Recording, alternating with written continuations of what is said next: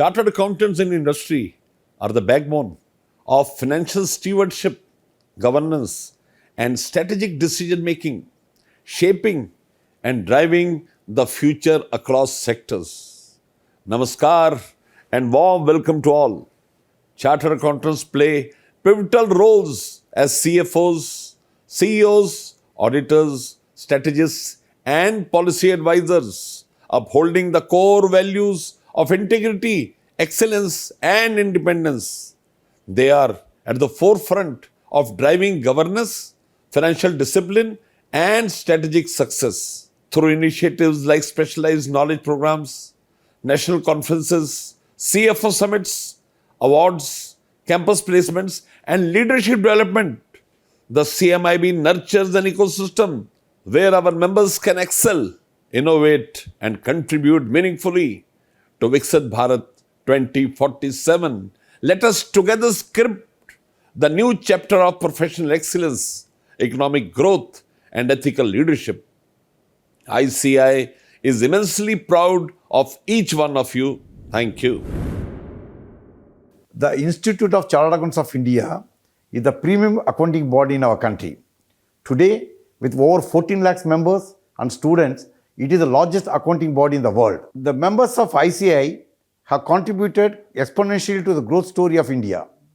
Chartered accountants are working as powerhouse in the development of India. More than number crunchers, we are the strategic advisors who are driving forward businesses and above all are ensuring transparency in the financial matters. There is a huge responsibility on the members of ICAI to contribute to national building. At ICAI, we believe in providing guidance and being a bridge between the policymakers and society as a whole.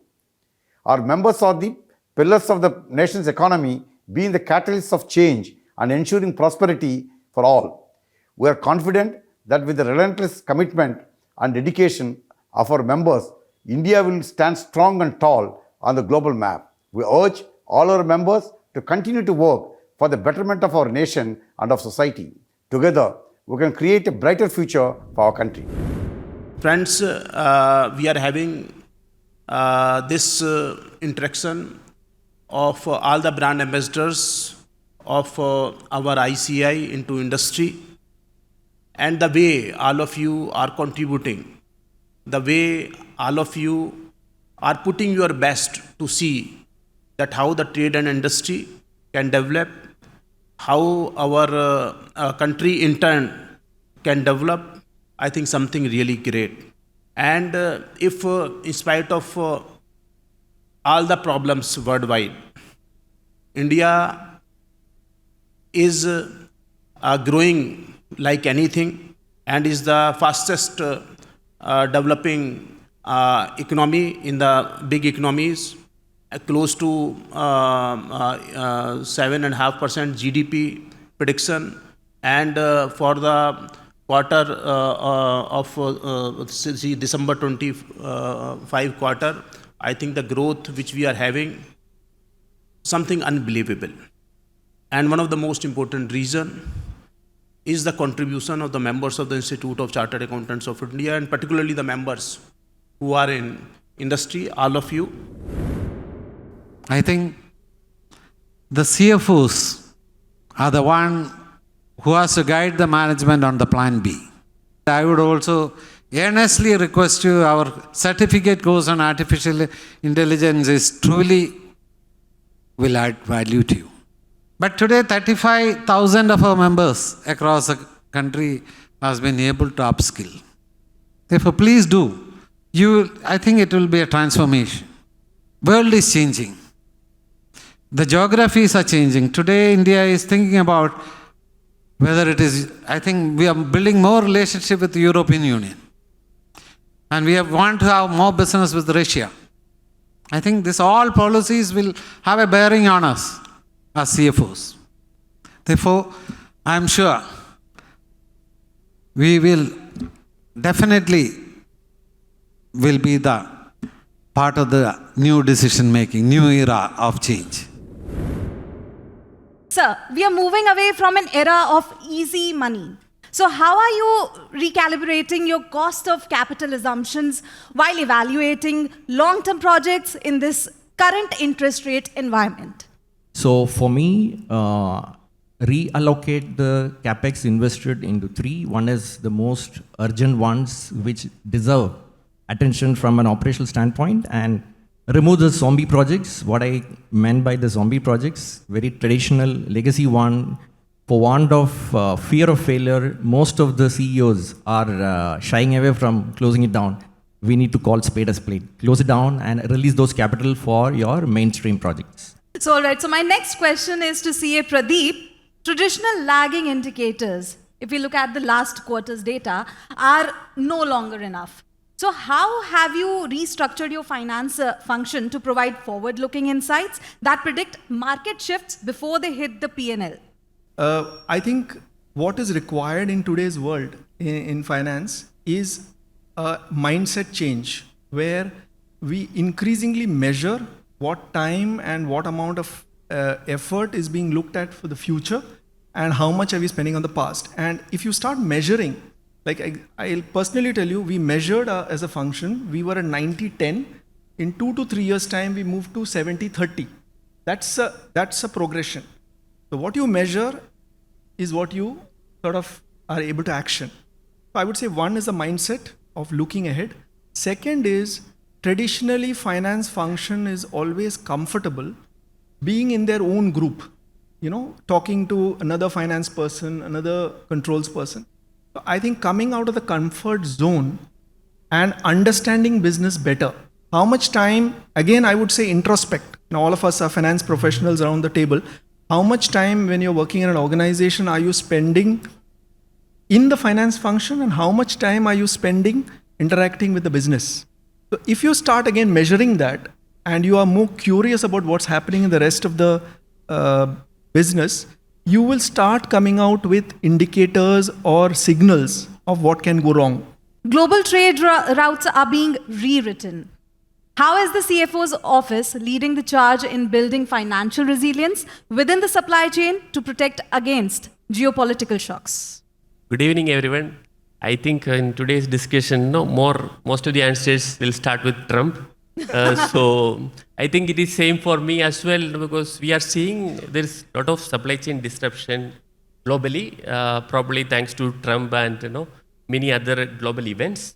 And current scenario, I feel that resilience is as important as efficiency. So people should be able to understand and appreciate that, okay, there is a supply chain disruption which is there in the market. And then how do we address it? So one of the most important thing is you treat your customer as your partner. You should be able to have open conversation with your customer. That is most important thing. At the same time also, we should also see, how do we protect ourselves in contractual terms? Because when the reciprocal tariff introduced, I think many sitting here might have faced this issue that, okay, how do you pass through the price escalations? Because there is a tariff which is there. Similarly, how do you get a flexibility in volumes? You may not be able to ship the entire volumes or supply the entire volumes. And similar to that, if there is a force measure to come, whether you have that kind of a clarity in your agreement.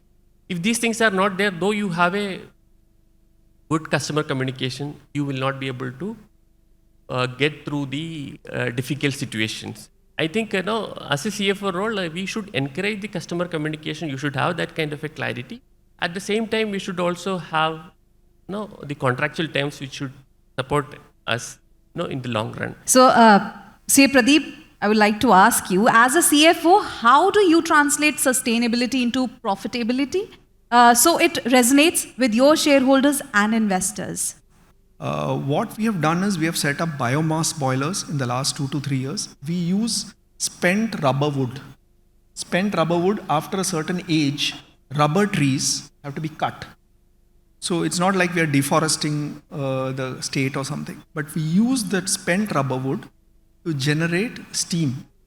So today, our factory here in Kochi, we have 2 factories, Kochi, almost 80% of our requirement is being met by biomass.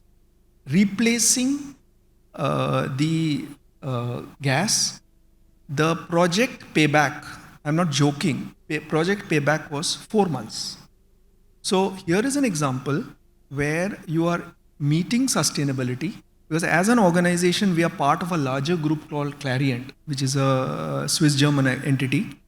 We have a sustainability goal of 50% reduction in carbon footprint by 2030.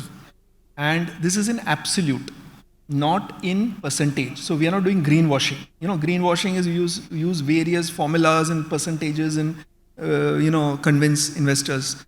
We have absolute targets. So if in 2019 we generated 100 tons of carbon, we should get to 50 tons of carbon in 2030. And we are growing double digit.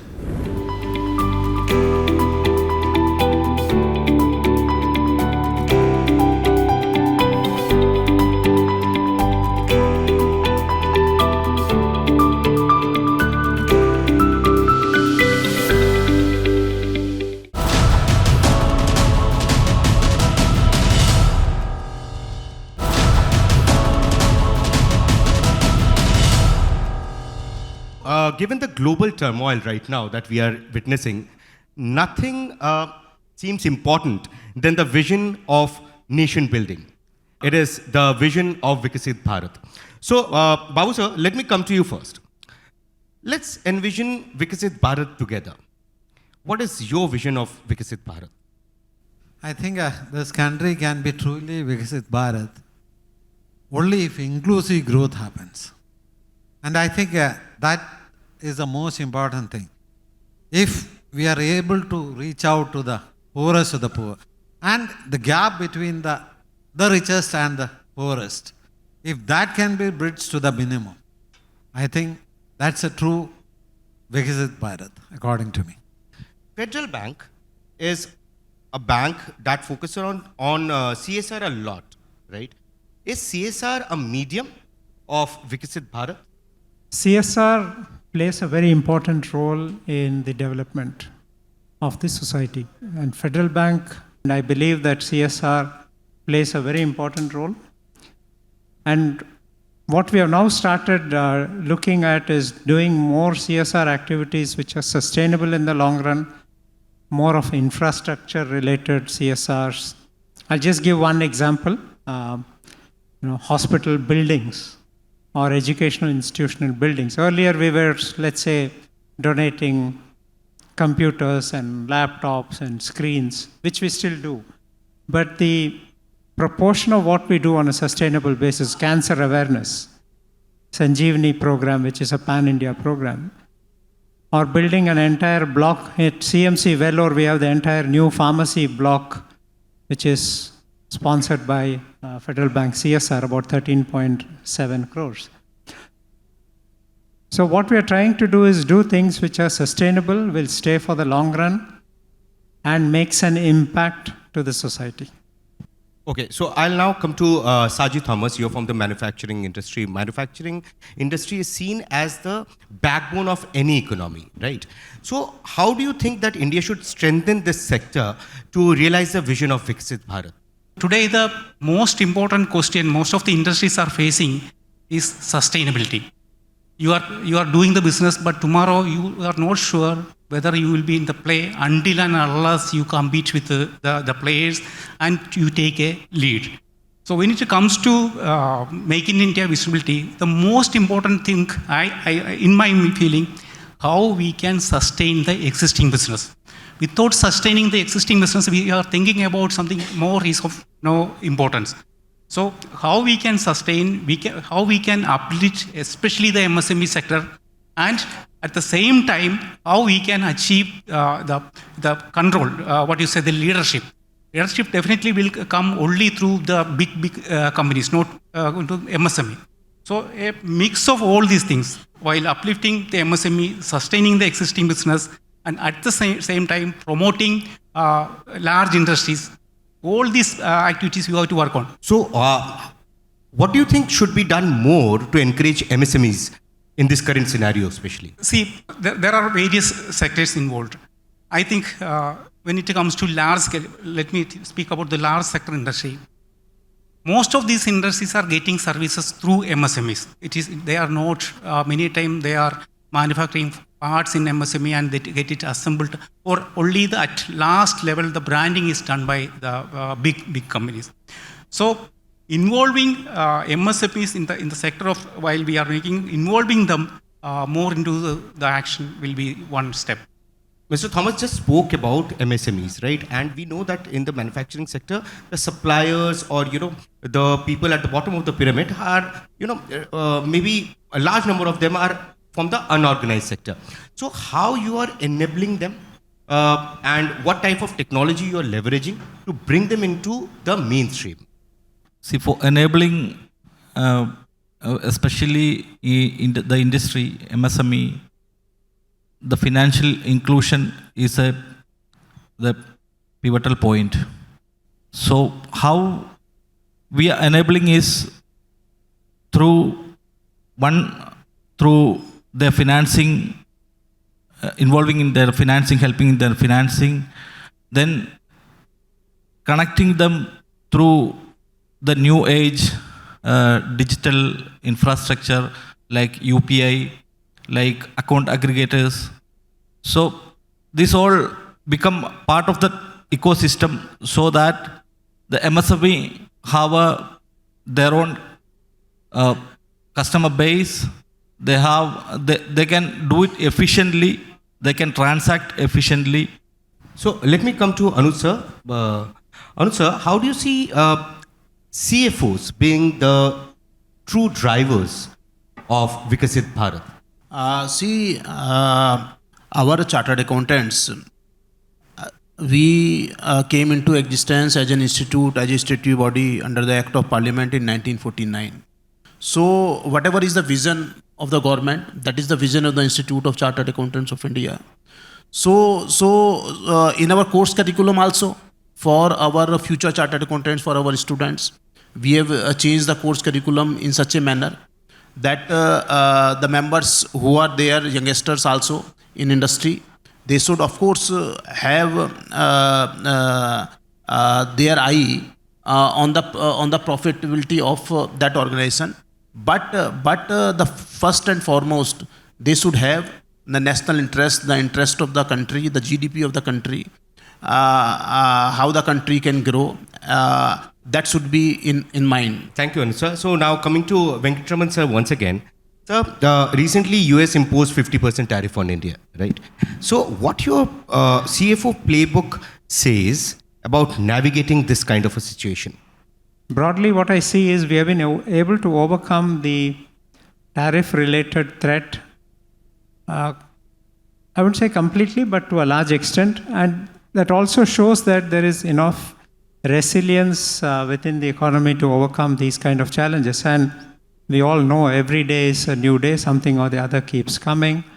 And but it's the resilience and the mindset and attitude of our entrepreneurs, of our businessmen, of our industrialists that, yeah, this is a challenge, but India can overcome it with the right policies in place, I'm sure. Now coming to Babu sir, how ICAI is re-engineering the CA curriculum so that CAs don't remain just auditors or people who play around with numbers, but economic diplomats as well? We used to revise the curriculum once in 10 years. The current understanding is once in 5 years, probably we need to relook into that. It can be once in 3 years. That's a kind of change what is happening today. Therefore, I think whatever we are doing is supplementing with certification courses. We know this is the upskilling is required. Coming to Manoj sir, beyond traditional debt and equity, what alternate financing instruments must CFOs champion today? There are multiple, with the new fintechs coming, with the open banking coming, there are multiple instruments, structured instruments available in the market. Even in India, within India and abroad, also we have with the globalization and all these things. Yeah, ECB, structured ECB is there. So we explore all these things, multiple things within our capacity. Would you support an investment in research and development, which might not give you immediate ROI, but will be very crucial in terms of nation building. Would you support that, and how? Definitely, we have to do that. Forget about nation building for the time being. For industry's growth, let us first of all look into our company and our industry, how we are going to grow. If you do the same kind of business, that technology or that is available to everybody else. So you have to look into something different, something better than any other competition is doing. So until and unless you focus on research and development, until and unless you look into new area of growth opportunities, you are not in a position to. That growth won't come without an investment. Otherwise, why should an Ola be funded by somebody else? They are continuously, we know that they are operating much lower than their operating cost. It won't come at 12 rupees or 13 rupees, but they are charging 12 rupees or 13 rupees. Are you seeing a change in trend happening, particularly if I'm talking about this state of Kerala, right? In this state, almost at least one person from each family tries to go abroad and make a living. Do you see this trend changing? Is it a symbol of India's internal growth? I think our own profession is a living example for that. I think gone are the days my first option used to be Middle East.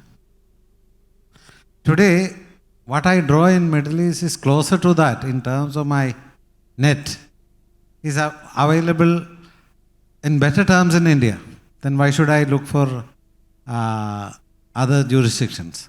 I think that is the kind of respect you enjoy in your country cannot be there in other parts of the world. Whether we accept it or not, many a time we are considered as second-grade citizens. Therefore, money is not everything in life. I think dignity matters. And today, I get dignity matched with package. I think trend is changing. Writing on the wall is clear. And India is growing. But still has to go a long way. We are still at 4 trillion, competing with the 19 trillion of China, with 30 trillion of US. Let me just come to Mr. Venkatraman for one final question, sir.